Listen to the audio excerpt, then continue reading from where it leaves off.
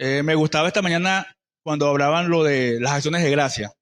Y ciertamente tenemos que tener un corazón lleno de gratitud, porque el Señor cada día renueva las bendiciones y Él quiere que por lo bueno, por lo malo, nuestro corazón sea agradecido, siempre con gratitud, porque eso a Él le agrada, que le demos las gracias. O usted no se siente agradecido de que su hijo o su hija le dé las gracias por algún gesto de amor, de cariño que usted haya tenido con Él.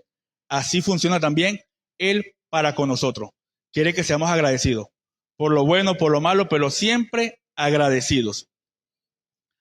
El título del estudio de esta mañana lleva por nombre La última semana del creyente. La última semana del creyente. Esto lleva su contexto en el reloj profético de Dios, las 70 semanas de Daniel. Ese es el título. La última semana del creyente, y el contexto es las 70 semanas de Daniel, el reloj profético de Dios.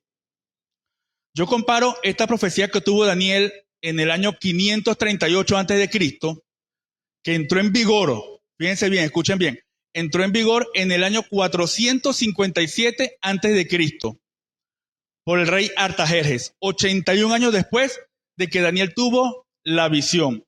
Y la comparo con un agricultor, con un productor del campo, que prepara la tierra, que la limpia, hace su rastreo. Si tiene rolo argentino, pues también lo utiliza, siembra allí la semilla, la riega, está atento, pendiente, con arduo trabajo, con esfuerzo, con sacrificio, dedicación, limpia la maleza, usa fertilizantes, nitrógeno, fósforo, potasio, para que esa cosecha dé su fruto. Con eso lo comparo, por el esfuerzo que lleva. En una oportunidad a ese agricultor, un joven novato, ingenuo, le preguntaba por qué trabajaba tanto, si ya venía el fruto y que en la última semana debía aflojar el trabajo. El Señor le decía, no es momento para descansar y relajarnos. Es momento de intensificar el trabajo para asegurar el fruto. Y ciertamente tenía razón. El fruto eres tú, el fruto soy yo. Y en la última semana, tú y yo tenemos que intensificar las cargas de oración, de ayuno, de lectura, de memorizar, de analizar, de tiempo de calidad con el Señor. Importantísimo en la última semana del creyente. Esta profecía es bastante profunda porque nos habla en una línea cronológica que arranca desde el año 457 con el decreto de Artajerjes. El Señor, Él no juega a los dados. Él utilizó a Nehemías. Nehemías, traducido en nuestro idioma, significa el que consuela, ¿sí? Cuando Nehemías, años después de enterarse de cómo estaba su pueblo, el pueblo de Israel, de Jerusalén, que estaba en ruinas, Nehemías estaba a unos 1.600 kilómetros de distancia, estaba en Susa, Persia. Persia el día de hoy es Irán. Eso para que vayan ubicándose en el tiempo y en el espacio. Persia hoy en día es Irán. Babilonia en aquel momento, hoy en día sería Irak o es Irak. En ese momento, Nehemías, el que consuela, sintió tristeza profunda por cómo estaba sumergido su pueblo, por cómo estaba abatido su pueblo, estando a tanta distancia y ocupando un curul tan importante en la nobleza, porque era el copelo del rey, alguien muy cercano al rey, de extrema confianza, donde Nehemías, seguidor de Dios, fiel a Dios, Artajerjes, zoroastriano es una religión que ellos siguen a un Dios supremo llamado Ahura Mazda, que traducido en nuestro idioma significa Señor sabio. Ellos son bastante celosos y distantes con las personas que no comparten su misma religión. Artajerjes no tenía ninguna necesidad de ver lo que padecía Nehemías. Sin embargo, Dios no juega los dados. El Señor tocó un corazón que no era de él. Y Artajerjes, de la nobleza, rey, vio cómo estaba Nehemías y se acercó y le preguntó, ¿qué te ocurre? ¿Qué te acontece? ¿En qué te puedo ayudar? Fíjense la humildad que le mostró Artajerjes a Nehemías. Nehemías le expresa pero ya antes había orado. Por eso tu oración, mi oración, alineada a la voluntad de Dios es importante. No trabajar por emociones. Y el Señor, a través de Artajerjes, le permitió, desde el punto de vista jurídico, darle un decreto. ¿Sí? Un decreto, un permiso jurídico para él ir pasando de provincia en provincia. Si lo llevamos a un sentido jurídico, prácticamente el Señor le permitió tener un derecho internacional público y un derecho internacional privado. El público es la diplomacia entre las naciones. El privado tiene que ver con los particulares, ¿sí? En este caso, de Nehemías, que tenía un permiso especial. Pero no solamente era un permiso netamente jurídico, sino también en logística, de alimentación, de hidratación, de traslado. Pero no solamente en eso, sino también en el recurso humano. Y el Señor cumplió fiel a su palabra las primeras 7 semanas, 49 años. Del año 457 al año 408 se cumplió esa primera semana. Esas primeras 7 semanas, que son semanas de años. 7 por 7, 49. Del 457 al 408, el Señor cumplió. ¿Sí? Viene ahora lo que son las segundas 62 semanas, que sumando 62,7 dan 69.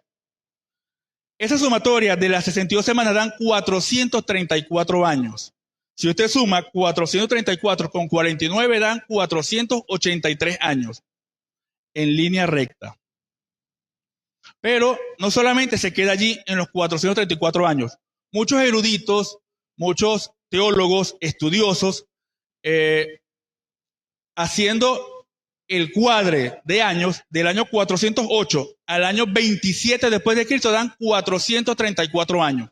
¿Por qué los llevo al año 27 después de Cristo? Porque eruditos han estudiado que el nacimiento de Jesús no fue en el año 0. Año 0 no existe. Año 1 antes de Cristo, año 1 después de Cristo. Fíjense lo grande de nuestro Dios, que Él parte de la historia, un antes y un después. Eruditos hablan que Cristo nació en el año 4 antes de Cristo. Si hacemos una cronología del tiempo, da justamente para que en el año 27 después de Cristo el Señor tenga 30 años. Lucas 3:23 habla que el Señor tenía como 30 años cuando inicia su ministerio. Por eso le decía que Dios no juega a los dados. ¿Y por qué ellos se afincan en que nació en el año 4 antes de Cristo? Porque en el año 4 antes de Cristo el rey Herodes fallece. Y el Señor, a través de un ángel, dice a José: huye del que te persigue, y saca al niño hacia Egipto.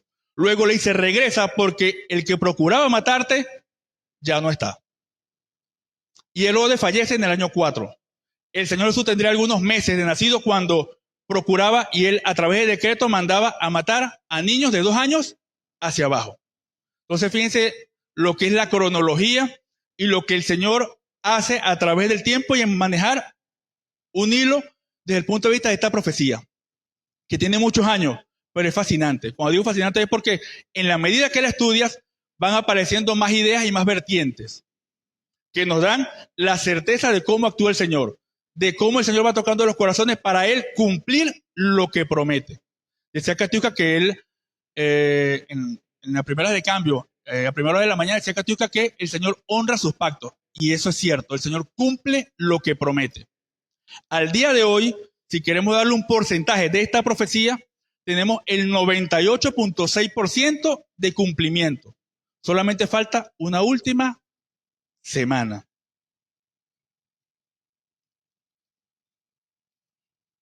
Esta última semana va dividida en 2 mitades. Una primera mitad de 3 años y medio de aparente paz y una segunda mitad de ruptura del pacto, de abominación. ¿Sí? Por eso le decía, la última semana del creyente. Usted y yo tenemos un propósito que no debemos bajar la guardia.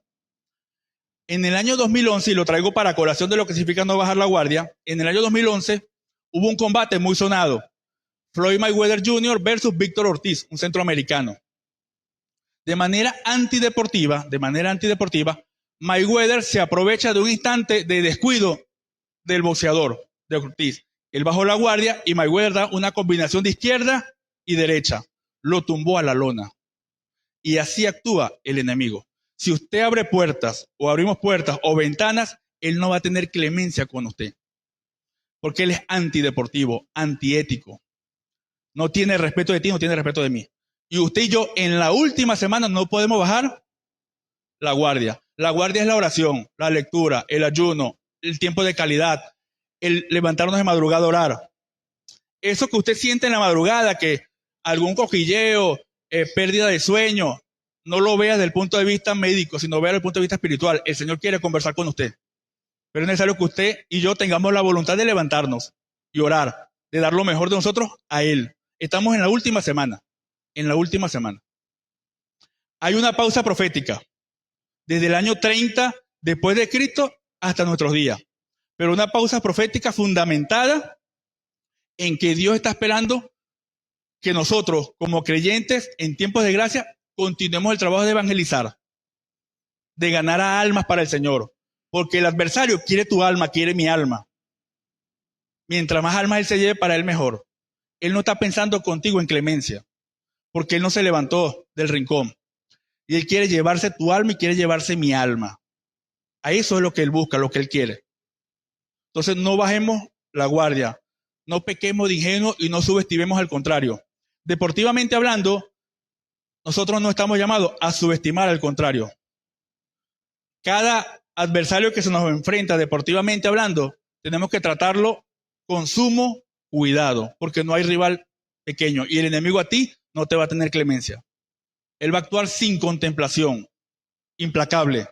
Cualquier puerta, cualquier ventana que tú abras, Él se va a sumergir. Te va a enviar dardos de fuego para tumbarte, para hacerte caer, para no dejar que tú te levantes. Te va a enviar dardos de inmoralidad, de pensamientos, de indignidad ante Él, de rechazo. Va a trabajar lo que más te duele, la moral. Tumbar tu testimonio. Por eso en la última semana, usted y yo no podemos bajar la guardia.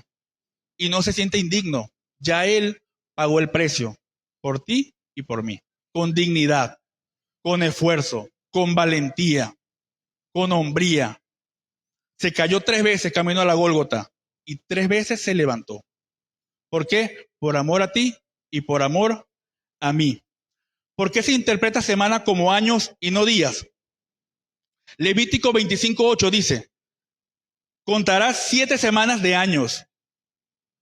También dice Números 14:34, conforme al número de los días, llevaréis vuestras iniquidades 40 años, 1 año por cada día. Y Ezequiel 4:6 dice, día por año te lo he dado. No son semanas, sino semanas por años. Aquí lo que es la fase del refuerzo, del respaldo, de por qué son 70 semanas. 70 semanas por 7 equivale a 490 años de profecía. Se han cumplido 483. Faltan 7. Si lo llevamos a términos porcentuales, les decía que son 98.6% que el Señor ha cumplido esta profecía. El propósito de las 70 semanas. En primer lugar, terminar la prevaricación. Dice la palabra, Él fue herido por nuestras rebeliones. Isaías 53:5. Y en cuanto a los pecados, yo no me acordaré más de ellos. Él te perdona y olvida. Nosotros perdonamos y como que nos queda allí la cuestión en el corazón de que hay algo allí como que no ha sanado. Estamos llamados a sanar y a perdonar. Si Él nos perdonó, tú y yo estamos llamados a perdonar. Estamos en la última semana, no estamos en momento de acumular rencor, heridas en lo emocional, rechazo, aparte todo eso. Y abra su corazón a la piedad, al amor, a la solidaridad, al respeto, al compañerismo, al amor a su hermano y a su hermana. Esas heridas emocionales es lo que más cuesta sanar. Y aquí tengo a una psicóloga que, si le damos el derecho de palabra, se pudiera extender explicando eso. Pero ¿cómo cuesta sanar estas heridas en lo emocional? Una ofensa, un insulto, un agravio, un mal gesto. ¿Cómo cuesta eso? Pero el Señor se llevó eso en la cruz, porque más ofendido fue Él, que lo acusaron injustamente. Y les voy a dar otro ejemplo de lo que es pasar por una ofensa pública. Y cuando te acusan de algo injusto, como le pasó a José, que lo acusaban de abuso sexual en contra de la esposa de Potifar, siendo inocente. ¿Cuántos inocentes no están privados de libertad? Por algún hecho punible que no cometieron. Por eso les digo, estamos en la última semana, no es momento de bajar la guardia, es momento de afianzarnos aún más en el Señor. El día y la hora no lo sabemos, solamente Él. Si usted supiera, si yo supiera el día que hemos de partir de este mundo, sería otra cosa, pero no lo sabemos. Y cada día que pasa no es un día más, sino un día menos de nuestra estancia acá en la tierra. Porque si dentro del plan de Dios tenemos 100 años de vida, cada día que pasa nos acercamos a esos 100 años. Entonces, vivamos con conciencia en el Señor, con propósito, y teniendo en cuenta que es la última semana del creyente. No sabemos el día y la hora, ni el ángel más cercano lo sabe. 2, para poner fin al pecado, cancelar el poder del pecado sobre la humanidad. El enemigo busca que tú y yo nos revolquemos en el pecado, nos quedemos allí sumergidos en pensamientos, en el pasado, anclados al pasado. Dice la palabra, de modo que si alguno está en Cristo, nueva criatura, es las cosas viejas, he aquí. Es decir, desde este momento que tú y que yo recibimos a Cristo en nuestros corazones, las cosas viejas, dejemos a un lado todos esos pensamientos que nos hacen sentirnos indignos. Esos dardos que Él envía, el adversario, es para que tú te sientas poco, opaco, gris. Pero tú eres valioso para Él. Él dejó 99 ovejas y se fue a buscar una, la que estaba perdida. Esa oveja eres tú y soy yo, porque somos valiosos. Levantemos el valor en Cristo. Valorémonos en el Señor. Usted es una princesa del Rey. Usted es un príncipe del Rey. Yo les digo a mis jóvenes, ustedes son atletas del reino de Dios, porque día a día vienen a entrenar. Y el que entrena sale a pelear la buena batalla de la fe en la última semana. Usted no viene aquí solamente por venir. Usted viene aquí a entrenar, a prepararse, a recibir, a estar en coinonía con su hermano y con su hermana. Viva con propósito, con discernimiento, con entendimiento. ¿A qué voy a la congregación? ¿Cuál es el propósito? ¿Cuál es la misión? Orar, bien. Leer, también. Recibir, también. Pero yo también tengo que darle a Él un abrazo, un gesto, una caricia, un apretón de mano, un Dios te guarde, un Dios te bendiga. Eso en la última semana es importantísimo. Expresar el amor. Para expiar la iniquidad. Dice en 2 Corintios 5:19, el castigo de nuestra paz fue sobre Él. Dios estaba en Cristo reconciliando consigo al mundo. 4, para traer la justicia perdurable. Tú y yo estamos llamados a ser justos, honestos, limpios, imparciales, apegados a lo que dice la palabra y al marco normativo legal vigente que rige la nación. Importantísimo. No estamos llamados a transgredir lo que dicen las escrituras y lo que establece la ley. Tragarnos una luz de semáforo en otro país, peligrosísimo. Multado y puedes ocasionar un accidente. Aquí es normal. Aquí es sumamente normal. Estacionarnos en lugares donde no está permitido, en este país es normal. En otro estás multado. Incluso con el carro en grúa. Nosotros estamos llamados a ser diferentes, a ser justos, a saber hacer lo bueno. Dice la palabra, hay de aquel que sabe hacer lo bueno y no lo hace. Tú y yo tenemos que ser luz en medio de tinieblas. No permitir que el círculo virtuoso de amistades nos afecte. Esa presión de grupo nos haga tomar decisiones que no honran y no edifican al Señor. Estamos llamados a ser diferentes, a buscarle en espíritu y en verdad. 5, para sellar la visión de la profecía.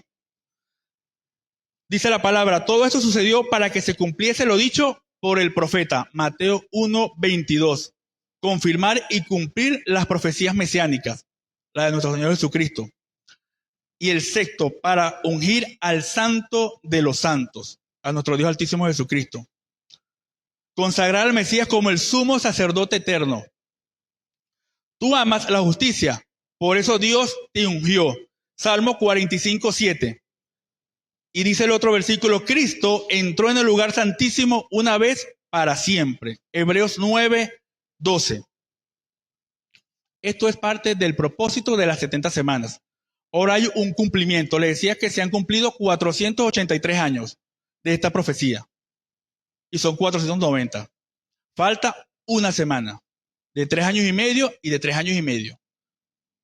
Pero existe una línea profética antes de llegar a esta última semana, que es importantísimo que yo se las mencione.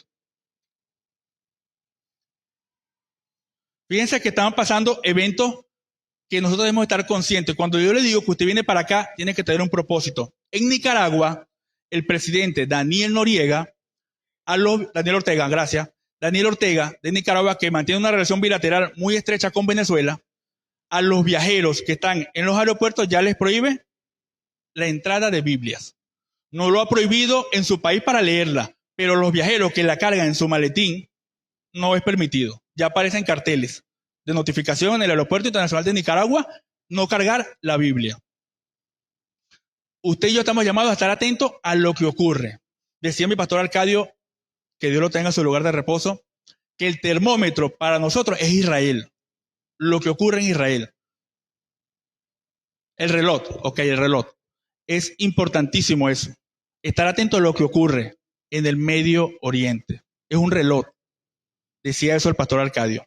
Y eso a mí me quedó como joven que venía para acá, de estar atento a lo que ocurre en Israel, a los acontecimientos. Como economista, estoy en la obligación de informarle de que ciertamente hay un bloqueo desde el punto de vista económico, petrolero. ¿Qué se traduce eso? En disminución de ingresos al país por concepto de venta de petróleo. ¿Pero qué también se traduce eso? No vamos a tener divisas para adquirir productos de consumo masivo y farmacéuticos. No los quiero alertar, pero sí a estar atentos y a ser buenos mayordomos y administradores de nuestro hogar. Los recursos que tenemos hay que darle uso racional y eficiente. Economía doméstica. Vienen tiempos difíciles, pero tú y yo no podemos caer en desespero. Las colas de la gasolina en estos últimos días es producto de esa alarma, producto al bloqueo que tenemos en el Caribe, de los buques petroleros. Y las personas se alarman. Pero tú y yo no estamos llamados para alarmarnos, sino para reposar en confianza en nuestro proveedor. Si sacó a Daniel del foso de los leones, a Jonás de la boca del pez, cuánto más a ti y a mí. Que no vamos a pasar por esas pruebas tan complicadas y extremas, porque si le damos un sentido ilustrativo son extremas. Pero si tenemos que dar la vida por él, tenemos que estar preparados para eso. De los 12 apóstoles, 11 fallecieron de manera trágica. De manera trágica. Salvo Juan, que escribió el Apocalipsis, que significa revelación.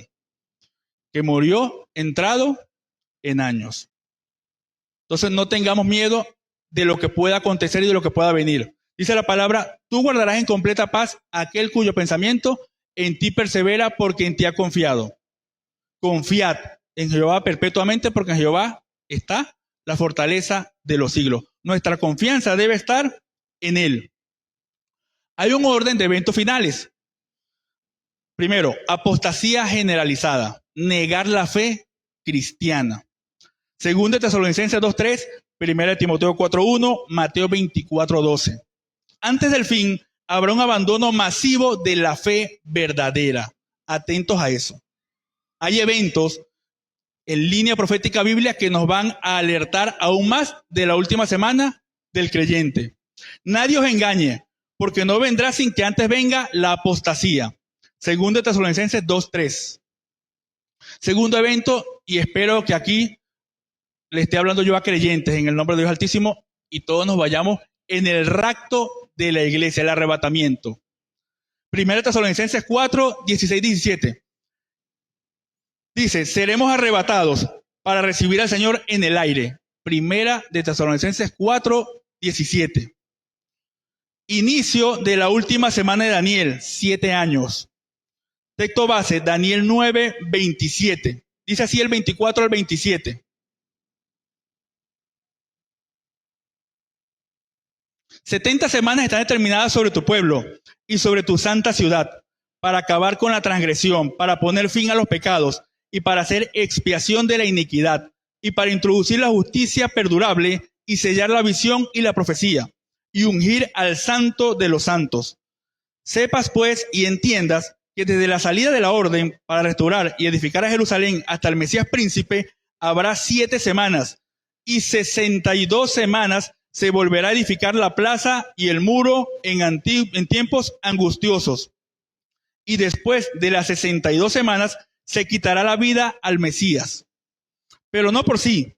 Y el pueblo de un príncipe que ha de venir destruirá a la ciudad y el santuario. Y su fin será con inundación, y hasta el fin de la guerra durarán las devastaciones. Y por otra semana, él confirmará el pacto con muchos. A la mitad de la semana hará cesar el sacrificio y la ofrenda.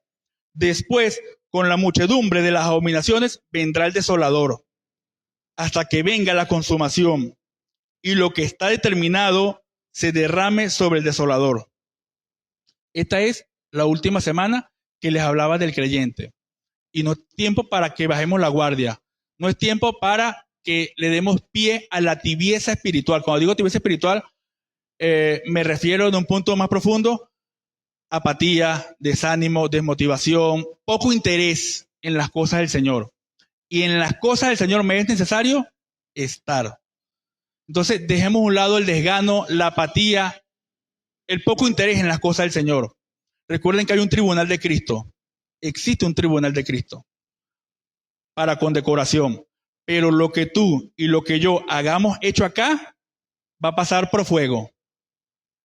Oro, plata, piedras preciosas, madera, heno u hojarasca. Por allí serán pasadas nuestras obras. Dice la palabra que la salvación no es por obra para que nadie se gloríe, pero la fe sin obras es muerta. Tenemos que ser solidarios, buenos ciudadanos del reino, dadivosos, amorosos, dando tiempo de calidad. Ayer me decía mi hermano Daniel Nieves, mientras calentábamos las hallacas, me decía: hermano, yo no estoy preparado para ser pastor, porque es mucha carga en lo emocional. Y ciertamente un pastor lleva las cargas a cuesta de los hermanos. ¿Usted se imagina la cantidad de llamadas que debe recibir el pastor Eibio o los mensajes? Hermano, no tengo comida. Hermano, no tengo alimento. Hermano, mi hijo está preso. Hermano, mi mamá está enferma. Hermano, mi abuelita falleció. Hermano, tengo esta dificultad. Hermano, mi hijo es desobediente. Mi hijo es rebelde. La cantidad de carga en lo emocional que lleva un pastor. Y bajo ese precepto hablaba Daniel conmigo, que me decía que es muy duro ser pastor, más en estos tiempos donde esta generación que se está levantando es de cristal, donde todo nos ofende, donde todo me tumba, donde todo es una ofensa. Y tú y yo estamos llamados a ser fuertes en lo espiritual, porque más padeció él. Él vio a quien le estaba clavando la lanza en el costado y lo perdonó. Él pidió agua, le dieron vinagre. A él lo juzgaron, lo difamaron.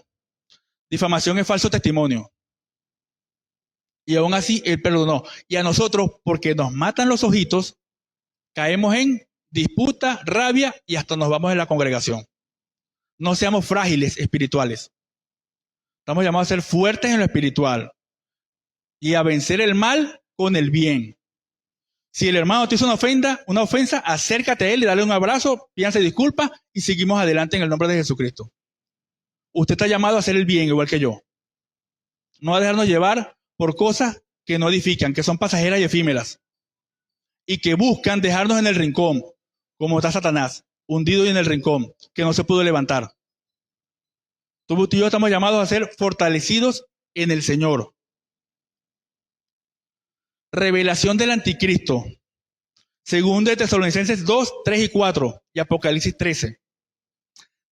Él se sentará en el templo de Dios como Dios. Usurpará el trono e incluso buscará engañar a muchos de los escogidos. Dice la palabra de Dios: el que lee, entienda.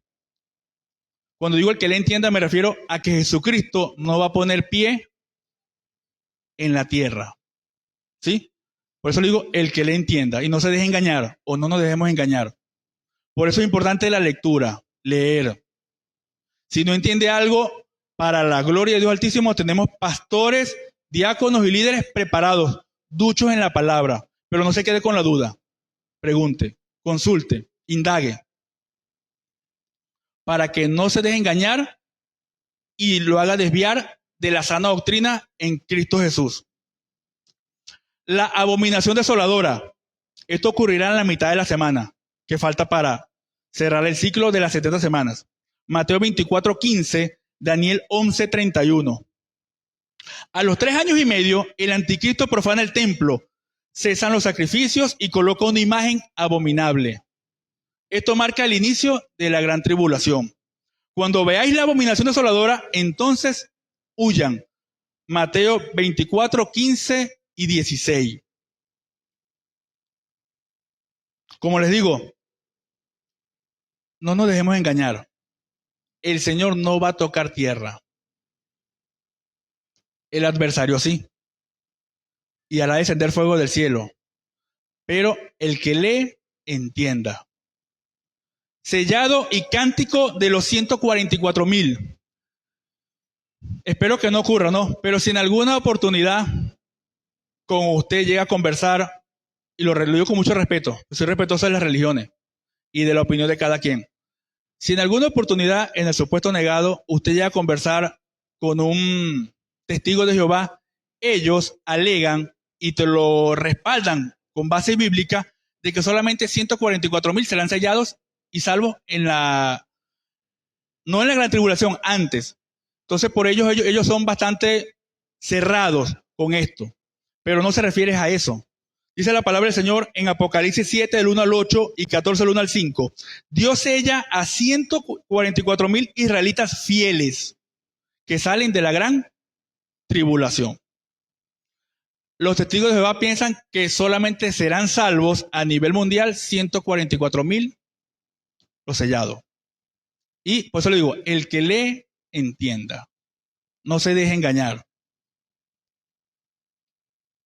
Dios sella a 144,000 israelitas fieles. Ellos cantan un cántico nuevo, único, permanecen puros y son testigos en medio del caos. Estos fueron redimidos, cantaban un cántico nuevo. Apocalipsis 14:3. Ellos salen de la gran tribulación. Confío, espero en el Señor que todos los que están acá presentes ya hayamos sido arrebatados. Amén. Segunda venida de Cristo con juicio. Apocalipsis 19, 11 al 16. Cristo regresa visiblemente con poder y gloria, derrota al anticristo en la batalla de Armagedón y establece su reino. Vi el cielo abierto y el que lo montaba se llama fiel y verdadero. Apocalipsis 19, 11. Y el juicio de las naciones. Mateo 25, 31 al 46. Cristo juzga a las naciones según cómo trataron a su pueblo. Se separan ovejas y cabritos. ¿Sí? Usted es una oveja, yo soy una oveja. Somos separados de los cabritos. Cuando el Hijo del Hombre venga, entonces apartará a unos de otros. Mateo 25, 31 y 32. Satanás será juzgado. Los muertos sin Cristo enfrentan el juicio del gran trono. Luego Dios crea cielos nuevos y tierra nueva. Y vi un trono blanco y fueron juzgados. Apocalipsis 20, 11 y 12. Pero recuerde algo que le decía, que Nehemías significa el que consuela. Y no estoy para llevar mensajes de alerta, de preocupación, de desesperanza, de desespero, no. Dios nos juega los dados.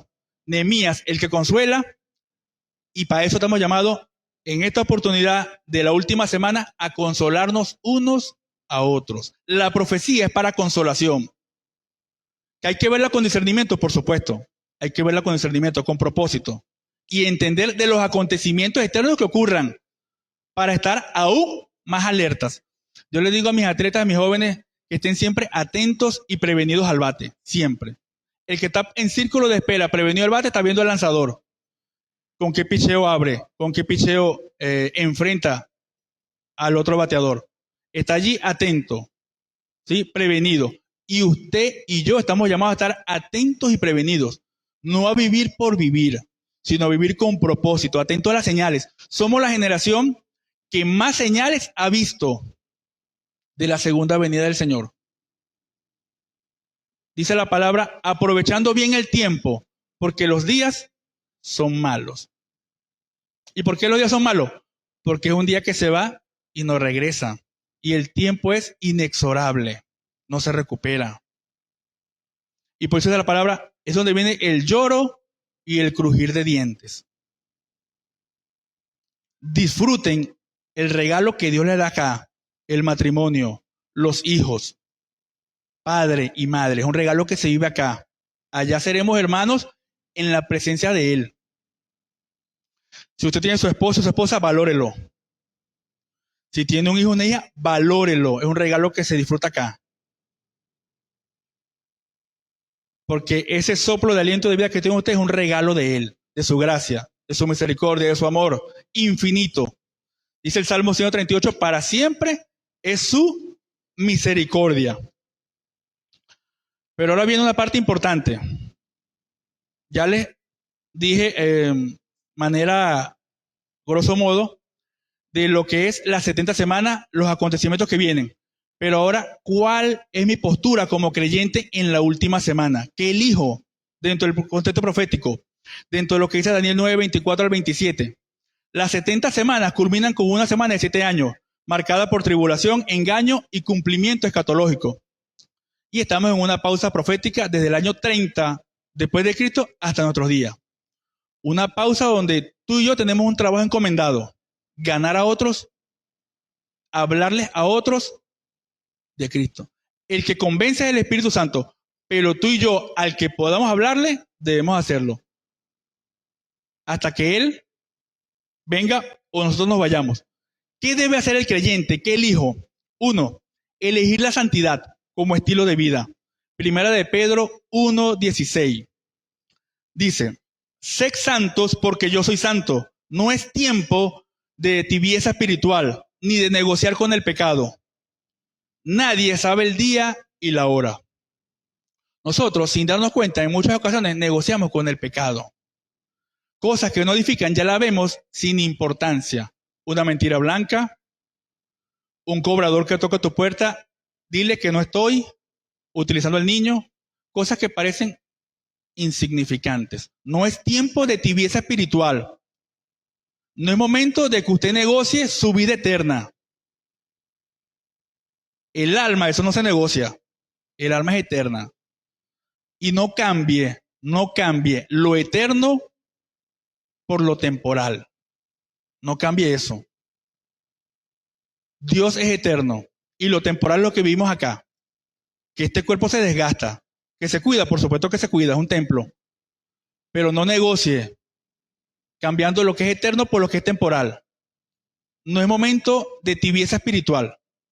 Es momento de profundizar en la palabra, de orar, de congregarnos, porque eso le agrada a Él. Dice la palabra, bienaventurados sois, que cuando Él venga nos haya haciendo así. Seremos felices, felices y muy felices. Amén. 2. Caminar en alerta espiritual. ¿No les pasa que pasan los días y estamos como que absortos, como inertes, que no nos damos cuenta de lo que acontece, que estamos sumergidos en nuestra vida doméstica y en lo cotidiano, sin estar conscientes de lo que acontece en nuestro alrededor? ¿Qué hay alrededor? Tristeza, ira, rabia, contienda, división. ¿Y a qué estamos llamados? A restaurar, a levantar, a dar una palabra de aliento, una oración. No tengo oro y plata, pero lo que tengo, te doy. El Señor Jesucristo, cuando vinieron los niños, que Él estaba sentado, cansado, era humano, Él dijo, no se lo impidáis, dejad que los tales vengan a mí. Muchas personas, sin usted darse cuenta, sin yo darme cuenta, ven en ti y en mí luz y quieren acercarse a ti y a mí. Pero nuestra coraza, voluntaria o involuntaria, consciente o inconsciente, no nos permite ver más allá de lo que pueden ver los ojos. Hay mucha necesidad en lo espiritual. en lo psicológico, en lo emocional, muchísima. Hay personas que no basta con decirles nada, sino solamente que lo escuchemos, que eso solamente les basta, que lo escuchemos, porque se quieren desahogar. Tienen necesidad de hacer catarsis, de hablar. Y ven en ti y en mí esa persona para ellos abrirse. Y por eso les digo, consciente o inconsciente, y debemos estar con propósito, entendiendo lo que ocurre en nuestro entorno. Tenemos muchísimo para dar. Usted tiene dones y talentos, yo tengo dones y talentos. Eso se ponen al servicio del reino. Al servicio del reino. ¿Usted sabe cuánto había de distancia de Susa, la tierra donde estaba Nehemías, en Irán, con el rey Artajerjes, a Jerusalén? 1.600 kilómetros. ¿Qué le importaba a Nehemías recorrer tanto en caballo, en asna, a pie, de Susa a Jerusalén? Teniendo una vida llena de confort, era copero del rey. Se despojó de su confort y fue a restaurar a sus hermanos, porque le dolían sus raíces. A ti y a mí me debe doler mi raíz. ¿Cuál es mi raíz? Jesucristo. Mis hermanos, mis hermanas me deben doler. Lo que le pasa a mi hermano me debe doler. Y fíjense algo, la profecía habla del año 538 antes de Cristo, y el decreto salió en el año 457, 81 años después, para dar el permiso a restaurar a Jerusalén y que se restaurara la vida civil, religiosa y espiritual de Jerusalén, levantar los muros y restaurar la ciudad. ¿Qué le puede importar a Nehemías? Para ilustrarlo un poco de lo que es la distancia que había de Susa a Jerusalén. Es como decir de Barinas a Ciudad de Panamá. Esa distancia. ¿Qué me puede importar a mí lo que ocurre en Ciudad de Panamá? Pero un corazón en Cristo le duele su hermano, su hermana, sus raíces. Lo que le pasa a su familia, habla de la familia de la fe, a usted y a mí nos debe doler. Porque Nehemías dio ejemplo de eso, que le dolieron sus raíces, sus hermanos. Y se despojó de su confort. Y se fue con su decreto y pasó provincia en provincia, con su decreto y su permiso. Y la voluntad de Dios es buena, perfecta y agradable, que le permitieron el paso en cada provincia. Como que usted vaya a Colombia, presentó su pasaporte y pasó. Pasó a Costa Rica y llegó a Panamá. Así, pero decentemente y con orden. Hoy en día los venezolanos huyen y dicen en el extranjero que el trámite jurídico, los papeles, es muy engorroso. Pero ¿cómo no va a ser engorroso si en otro país hay otras leyes y lo primero que te piden es pasaporte vigente, partida de nacimiento apostillada, cédula vigente, acta de matrimonio apostillada, título con reválida? No tengo eso, no tengo eso, no tengo eso. Obviamente va a ser engorroso. Pero si usted se va decentemente y con orden, estudiando el país de origen, el país donde usted va a residir, con todo en reglamento, el proceso va a ser placentero. Pero para eso se requiere oración y ayuno. Consultarle al Señor en oración. Porque Nehemías no fue a Jerusalén sin oración. Él primero oró. Y el Señor obró tocando el corazón de Artajerjes. Así obra el Señor. Así obra el Señor. Pero hay que orar. Él nos juega los dados. Hay que orar. Y hay algo más fuerte que la energía eléctrica, la bomba atómica y el vapor, la voluntad. Tú y yo tenemos que tener voluntad. Voluntad para hacer las cosas. Y aquí somos obreros. En la viña del Señor somos obreros. Usted puede estar hoy en día aquí predicando, pero mañana puede estar aquí pasando coleto. Y eso no lo hace más ni menos. Se hace con humildad para Él en la obra. Pero eso hay que tener autoestima alta y valorarnos. Hacerlo para Él. ¿Sí? Para Él. Con olor fragante a Él en su obra. Y como le digo, ser hermanos. Ser hermano no significa solamente hacerlo porque vengo para acá y digo, Él es mi hermano. Ser hermano significa ser un hermano presente. Con un apretón de mano, un abrazo. Conocer a tu hermano, conocer a tu hermana. Estamos en la última semana. Estamos en la última semana. Y como le decía, las relaciones bilaterales entre Venezuela y Nicaragua son estrechas. Y ya Nicaragua prohibió a los viajeros la Biblia. Debemos estar alertas, orando, y que nada robe nuestra paz. Tú guardarás en completa paz a aquel cuyo pensamiento en ti persevera, porque en ti ha confiado. Mateo 25:13. Velad pues, porque no sabéis el día y la hora. La vigilancia no es paranoia. El ser un centinela, que es estar alerta, prevenido, no es paranoia. Es saber esperar la venida de Él, anhelarla. Pero hoy en día el creyente, y lo digo con mucha responsabilidad, hoy en día el creyente espera una casa y un carro antes que la segunda venida del Señor. Anhela un carro nuevo. Saca cuentas. Gano tanto. Hoy en día hay planes de financiamiento porque volvieron los planes de financiamiento. Doy la inicial, quedo pagando si se ajusta a mi presupuesto. Anhelo más un carro nuevo y una casa que la segunda venida del Señor.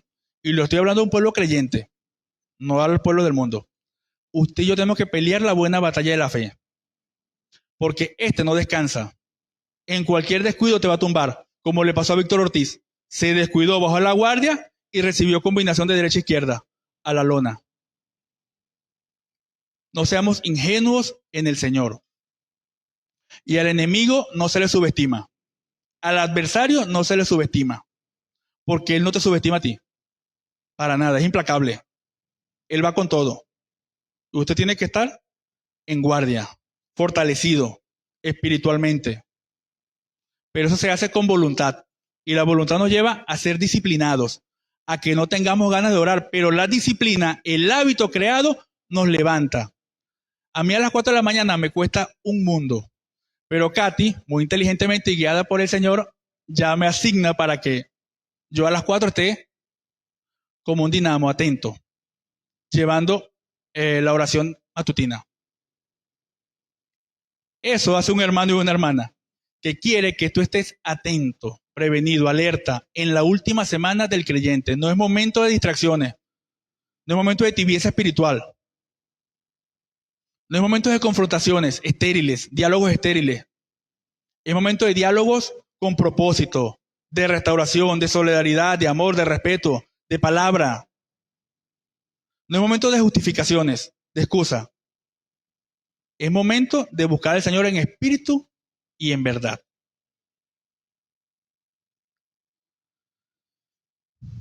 Tres, activar con propósito, actuar con propósito eterno.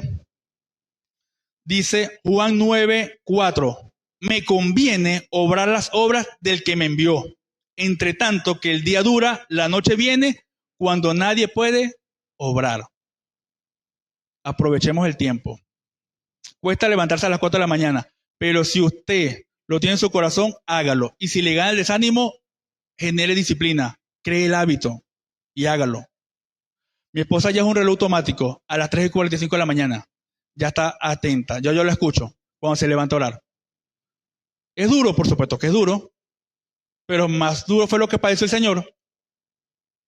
Y Él quiere que tú y yo oremos a la hora que nadie espera. 3, 4 de la mañana.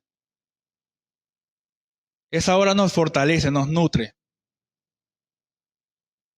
Muy oscuro se paraba el Señor a orar. Era de muy oscuro, muy temprano.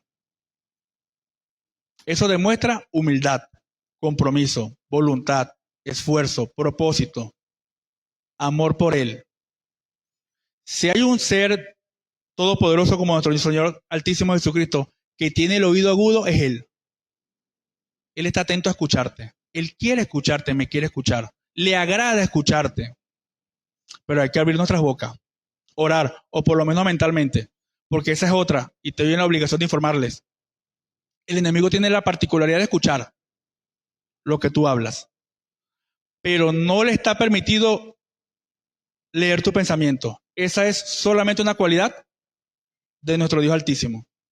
Entonces tengamos también el hábito, por eso le digo que al enemigo no se le subestima, tengamos el hábito antes de orar y clamar a Él, bien sea por sanidad, por empleo, por provisión, por medicina, por salud, reprenderlo en el nombre de Jesucristo y echar fuera sus huestes espirituales de maldad que llevan y traen para ahí sí orar.